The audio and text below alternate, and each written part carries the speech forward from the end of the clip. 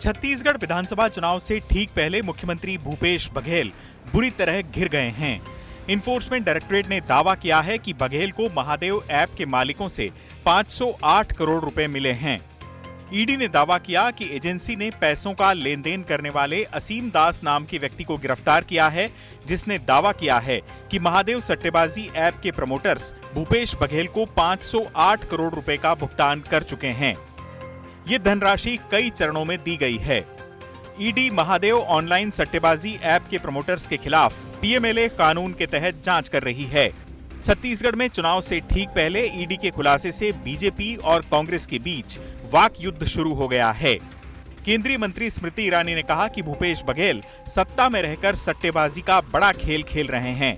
उन्होंने सवाल पूछे कि क्या ये सच है कि शुभम सोनी के जरिए छत्तीसगढ़ कांग्रेस के नेताओं को पैसा पहुंचाया जाता था। तो आपने जो स्टिंग किया और जो एविडेंस बरामद हुआ है वो आपको साफ बतलाता है कि सत्ता में रहकर सट्टा का खेल खेला है भूपेश जी ने। जनता के सहयोग से नहीं, हवाला ऑपरेटर के सहयोग से चुनाव लड़ रहे हैं। मतलब ये है कि आप मुझे बदनाम करके, मतलब सबसे ज्यादा डरा हुआ भारतीय जनता पार्टी मेरे से डरा हुआ है और इसका कारण से वो आरोप लगा के मुझे बदनाम करना चाहते हैं। वो भारतीय जनता पार्टी का है, वो तो खुलेआम करती है, कोई शर्म आया नहीं है। आप जिन पे आरोप लगा रहे हैं, हेमंता विश्व शर्मा पे आप आरोप लगाते थे, अजीत पवार पे आप आरोप लगाते थे और उसे जांच भी करवाते हैं और जांच कराने के बाद जब वो आपके पार्टी में आ जाते हैं तो सारे मोदी वॉशिंग पाउडर से धुल जाते हैं। मामले में बघेल को घिरता देख कांग्रेस ने उनके बचाव में नेताओं की पूरी फौज उतार दी। अखाड़े में पार्टी महासचिव केसी वेणुगोपाल, जयराम रमेश और अभिषेक मनु सिंघवी आए और सिलसिलेवार ढंग से आरोपों का जवाब दिया। कांग्रेस ने कहा कि छत्तीसगढ़ में बीजेपी की हार सुनिश्चित है, इसलिए चुनाव के आखिरी दिनों में ईडी का भरपूर दुरुपयोग किया जा रहा है। पार्टी ने दावा किया कि ऑनलाइन बैटिंग ऐप को केंद्र सरकार ने कानूनी दर्जा दिया है, ये गैर कानूनी नहीं है। कांग्रेस ने सवाल पूछा कि ये ईडी है या बीजेपी का इलेक्शन डिपार्टमेंट। राजस्थान में हुआ है और पिछले कुछ दिनों में आप देख रहे हैं, पढ़ रहे हैं, छत्तीसगढ़ में भी ये दुरुपयोग भारी मात्रा में की जा रही है। साफ दुरुपयोग है, ये प्रतिशोध की राजनीति है और इसलिए अपनाया जा रहा है क्योंकि बीजेपी की हार बिल्कुल निश्चित है।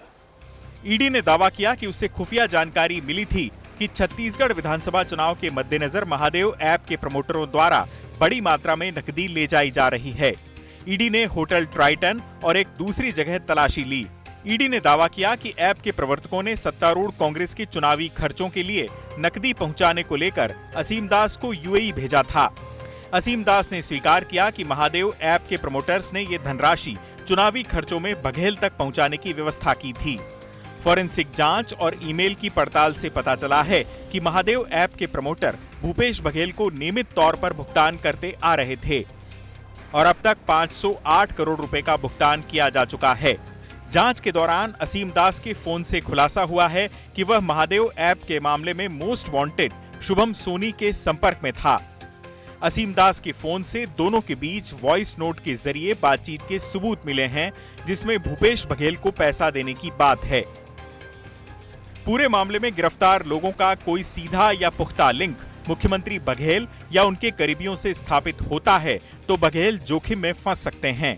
बघेल के बचाव में कांग्रेस अध्यक्ष मल्लिकार्जुन खड़गे भी उतरे। उन्होंने केंद्र सरकार पर निशाना साधते हुए कहा कि उनका काम ही लोगों को डराना और फंसाना है। खड़गे ने कहा कि आज वो लोग जो कर रहे हैं, कल इसका भुगतान करेंगे। इधर दुर्ग में प्रधानमंत्री मोदी ने भी खड़गे की इस बात का जवाब दिया। भूपेश बघेल पर निशाना साधते हुए उन्होंने कहा कि छत्तीसगढ़ के गरीबों को लूटकर कांग्रेस के नेता अपना घर भर रहे हैं। मुख्यमंत्री को बताना चाहिए कि दुबई में बैठे इस घोटाले के आरोपियों के साथ उनके क्या संबंध हैं। आखिर पैसा पकड़े जाने के बाद बघेल बौखला क्यों गए हैं? यहाँ के नेता हमें ये मैसेज पहुंचा रहे हैं कि हमें भी देख लेंगे, लेकिन मोदी डरने वाला नहीं है। वो उनका काम ही है कि लोगों को डराना, लोगों को फंसाना और वर्करों को डिमोरलाइज करना। लेकिन छत्तीसगढ़ में कोई ऐसे डरने वाले वोटर्स नहीं है, नेता नहीं है, और जो वो कर रहे हैं वो कल वो भी लोग उसका भुगतान करेंगे। कि नेता यहाँ के दबी जबान में हमारे यहाँ मैसेज पहुंचा रहे हैं, हम भी देख लेंगे, हम भी तुम्हारे यहाँ कहीं पैसे रखवा दे करके पुलिस भेज देंगे। ये धमकियां किसको दे रहे हो?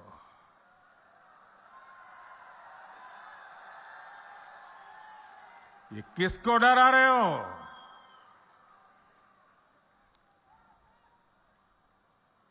ये जनता है, सब कुछ जानती है। प्रधानमंत्री ने कहा कि जिन्होंने छत्तीसगढ़ के गरीब को लूटा है उन पर कार्रवाई होकर रहेगी और पाई पाई का हिसाब लिया जाएगा। जाहिर है मतदान से ठीक पहले ये खुलासे बघेल का सरदर्द बढ़ाने वाले हैं। छत्तीसगढ़ की 90 सदस्यों वाली विधानसभा के लिए 7 नवंबर और 17 नवंबर को मतदान होना है। राज्य में कांग्रेस सत्ता बरकरार रखने की पूरी कोशिश कर रही है, वहीं बीजेपी राज्य में लौटने के लिए जोर लगा रही है।